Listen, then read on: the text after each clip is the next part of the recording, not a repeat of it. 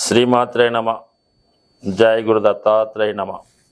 ఈ వీడియోలో మనం మకర రాశి వారికి జనవరి 16 నుంచి 31 మధ్యలో జరగబోయే పక్ష ఫలాలు పరిశీలిద్దాం. మరి ఈ పక్ష ప్రారంభంలోనే రవి రాశిలోకి ప్రవేశించడం జరిగింది. సో ఇది మకర రాశి వారికి ఒక విధంగా వారి యొక్క కాన్ఫిడెన్స్ని పెరిగే అవకాశం ఉంది. స్వతంత్రంగా ధన సహాయం, ధన సహకారం, ధనాన్ని సంపాదించే అవకాశాలు మెరుగుపడడం జరుగుతుంది. అంటే ఒక విధమైన సెల్ఫ్ కాన్ఫిడెన్స్తో జాగ్రత్తగా తన యొక్క పనులు నెరవేర్చుకోవడంలో మరి జాతకుడు చాలా సక్సెస్ అయ్యే అవకాశం ఉంది.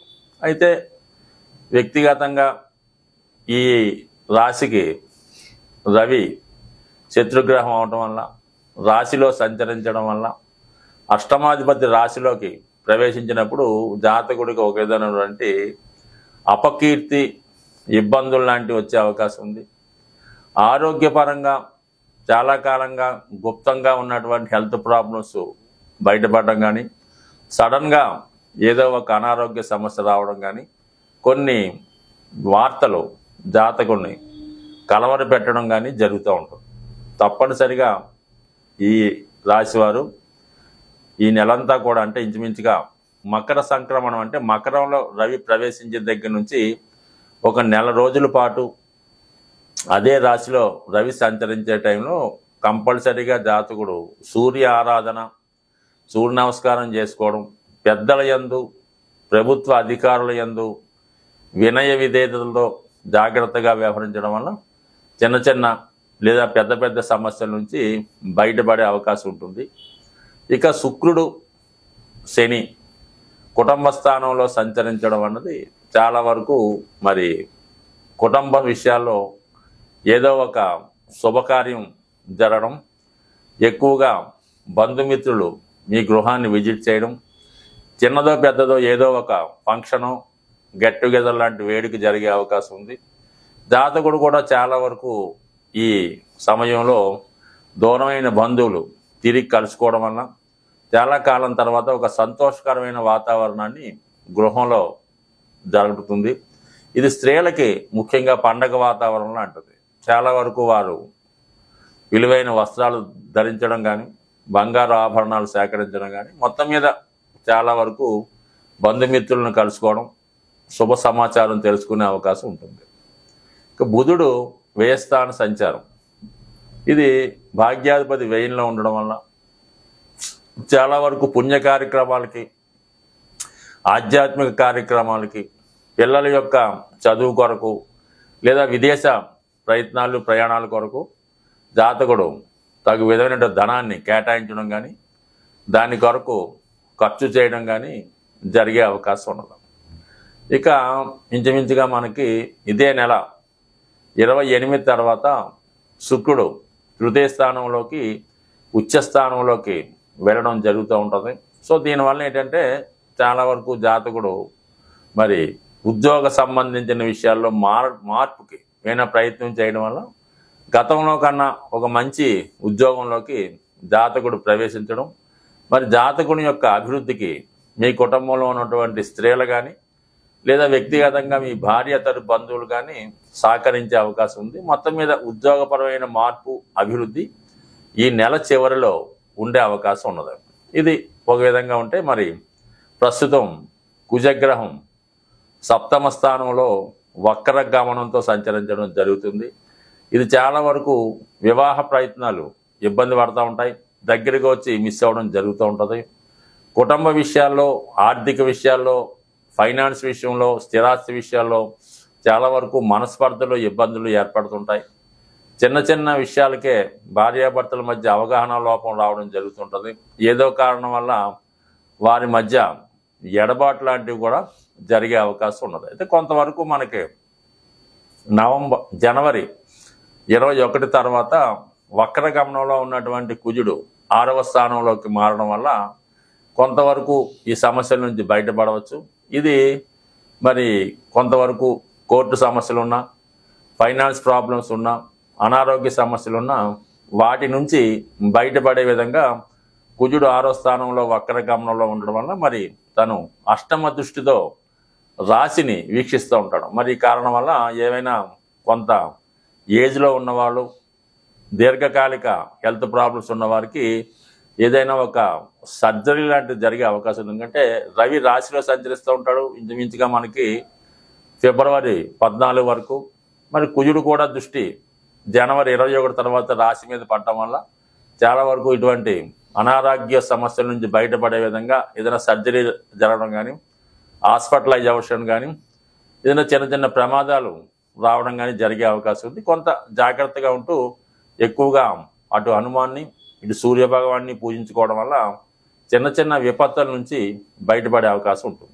ఇక గురుగ్రహ అనుగ్రహం చాలా వరకు జాతకుడి మీద సంపూర్ణంగానే ఉండడం జరిగింది. అంటే 5వ స్థానంలో గురువు వక్రగమనంలో ఉన్నప్పటికీ కూడా భాగ్య దృష్టితో రాశిని వీక్షించడం వల్ల ఎటువంటి సమస్యలున్నా అటు దైవ బలం వలన, జాతకుని యొక్క పూర్వపుణ్యం వలన, లేదా మీ యొక్క పిల్లలు తండ్రి గారి యొక్క సహకారంతో ఏ సమస్య నుంచి అయినా చాలా వరకు బయటపడే విధంగా మీకు సహకరించడం జరుగుతూ ఉంటుంది. అలాగని ప్రతిదీ ధైర్యంగానే ముందుకెళ్ళడం, అక్కలేని వ్యవహారాలకు కళ చేసుకోవడం, ఏదైనా ప్రయోగాలు లాంటివి చేయకుండా సావధానంగా నడినప్పుడు ఎప్పుడు కూడా దైవం సంకల్పిస్తుంది తప్ప స్థాయికి మించిన పనులు చేసిన, అక్కలేని వ్యవహారాల్లో కలిగిన దైవ బలం కూడా జాతకుడికి తోడవకుండా సైలెంట్గా ఉండిపోవడం జరుగుతూ ఉంటుంది. బట్ ఏదైనా ఈ రాశివారు ఎక్కువగా హనుమాన్ ఆరాధన, సూర్య నమస్కారం, అలాగే ఆదిత్య ఉదయం చదువుకోవడం, హనుమాన్ చాలీస చదువుకోవడం, ఎక్కువ చదవడం వల్ల చాలా వరకు మరి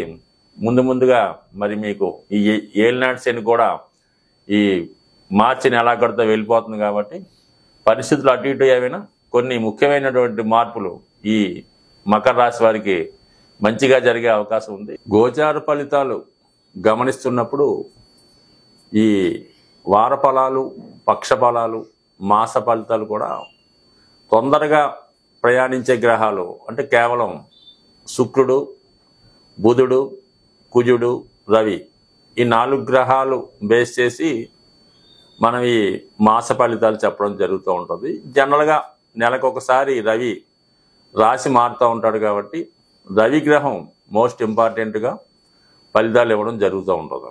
ఒక రాశిలో మరి ఈ గోచార ఫలితాలు ఎలా ఉన్నాయంటే ఒక రాశి వారికి ఆ రాశి యందు శుభగ్రహం ఉన్నప్పుడు ఆ ఫలితాలు వీళ్ళకి చాలా అనుకూలంగా ఫేవర్గా రావడం జరుగుతూ ఉంటుంది.